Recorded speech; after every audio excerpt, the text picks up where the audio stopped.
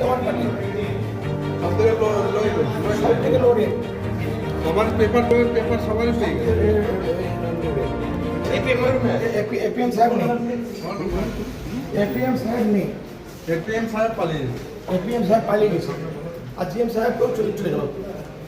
হ্যাঁ কি হলো? আপনি কে এখানে 38 টাকায় টেন্ডার হয়েছে, আমি পার্টিসিপেট করছি, আমি অনুমান আমাকে আমার টেন্ডার কোনো আমি অলরেডি কম অথচ অ্যাকসেপ্ট করছি না। গাড়ির টেন্ডার পর্ব নিয়ে প্রশ্ন তুলেন বিনু রায়ের নামে এক ঠিকাদার। আসানসোলের ইসিএলের সালানপুর এরিয়ার ঘটনা। সালানপুর এরিয়ার ঠিকাদারের অভিযোগ 26 লক্ষ টাকার বিনিময়ে গাড়ি টেন্ডারের জন্য সালানপুর এরিয়া জমা দেওয়ার পর তা টেন্ডার পাস হয়নি, অথচ পাশে ইসিএলের সাতগ্রাম এরিয়া অফিসে 50 লক্ষের বিনিময়ে টেন্ডার পাস করে দেওয়া হলো। তার টেন্ডার কেন পাস হলো না, এ নিয়ে প্রশ্ন তুললেন ঠিকাদার। স্যার আপনাদের ইসিএল के फायदा दरकार আপনারা লস করতে তো আসেন नहीं আপনাদের কোম্পানি आप लोग का कंपनी तो लॉस करने में नहीं आया স্যার আমি যদি 26 লক্ষ টাকা গাড়ি চালাতে পারি সেটা তো নিশ্চয়ই আপনাদের ইসিএল এর প্রফিট আছে লস তো নাই আজ থেকে যখন সবাই এলওএ পেপার পেয়ে গেল আমি মিটার কম রেটে পিক করে দিতে প্রফিট তো আপনাদের 100 না প্রফিট আপনাদের স্যার নিয়মের মধ্যে কোথাও লেখা নেই যে আপনি কম পিক করতে পারেন না कहाँ लिखा है 40%? एपीएम से तो गया तो आप नहीं मेरा आंसर करिएगा हम अगर कम बीट में मिला देखो आप पूरे प्रॉपर नहीं है आपका ईसीएल साइड में टेंडर नहीं निकला ऑफिशियल ऐसे ही नियम में निकल निकला गया इलेक्ट्रॉन भी हो गया रेलवे अगर नियम ये है अगर नियम प्रॉपर नियम आप लोग फॉलो कर रहे हैं तो ईसीएल का ऑफिशियल साइड में आप लोग का टेंडर निकलना चाहिए था लेकिन नहीं दिया है नहीं दिया ऑफिसर। ठीक है, आपको जो बोलना है लिख के दे। ठीक है चलिए। नहीं वो तो दे আমি বিল্লেশ্বর রায় সালানপুর এরিয়া অফিসের অ্যাডজাস্টিং কন্ট্রাক্টর। আমি এখানে গাড়ির টেন্ডার হয়েছিল, আমি 3টা গাড়ির জন্য পার্টিসিপেট করেছিলাম, তাতে আমি L1 হয়েছি। L1-এ আমার পার্ট 1 করেছে, পার্ট 2 করেছে।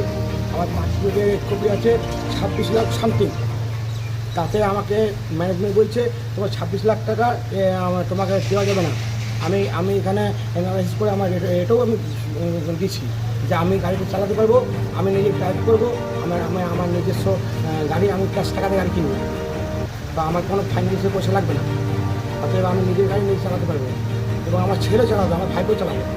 তো আমাকে এখন এরা ম্যানেজমেন্টকে আমি খুশি করতে পারিনি, তার জন্য আমার টেন্ডারটা ক্যান্সেল করছে।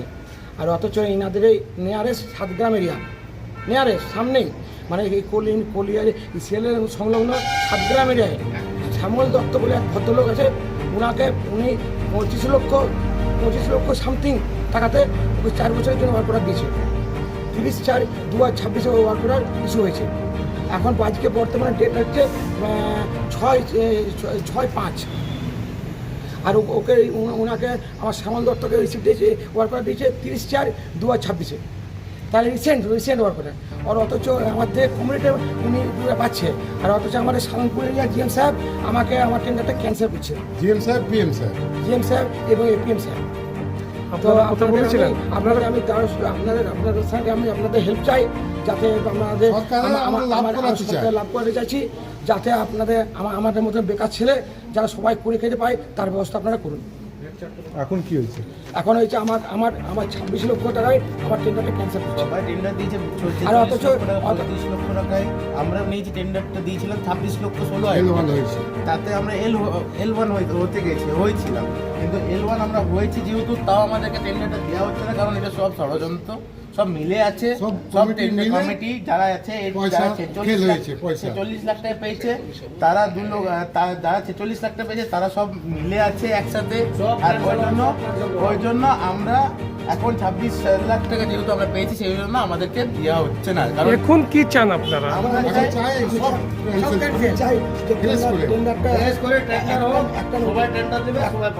একটা নোটিশের মধ্যে 38টা টেন্ডার ছিল, আমি চাই সব টেন্ডার ক্যান্সেল করুক, আর না হলে আমারটা কেন একা করবে, তখন আর না হলে আমার টেন্ডারটা অ্যাপসেট করা হোক। কারণ আমার টেন্ডার L1 L2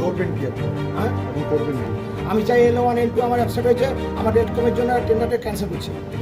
এখন ওরা টেন্ডার আপনার আমি চাইছি যে লিগ্যাল প্রসেস আমরা এবার লিগ্যাল হেল্প চাউট আমরা এবার করবো। এই ইনকামের উপরে আমার সংসার চলে।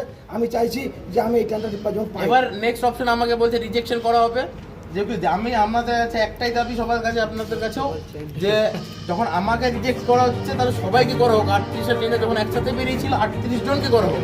এবার যতটা লিগ্যাল বিষয় আমাদের এখনো যতটা যেখানে আমাদের করার আমরা সেদিকে আমরা আগে থেকে স্টেপ নিচ্ছি। আপনারা তো জিএম স্যারের ফুটেজ দেখলেন, জিএম স্যারের ব্যবহার আপনারা দেখলেন, পিএম স্যারের ব্যবহার দেখলেন।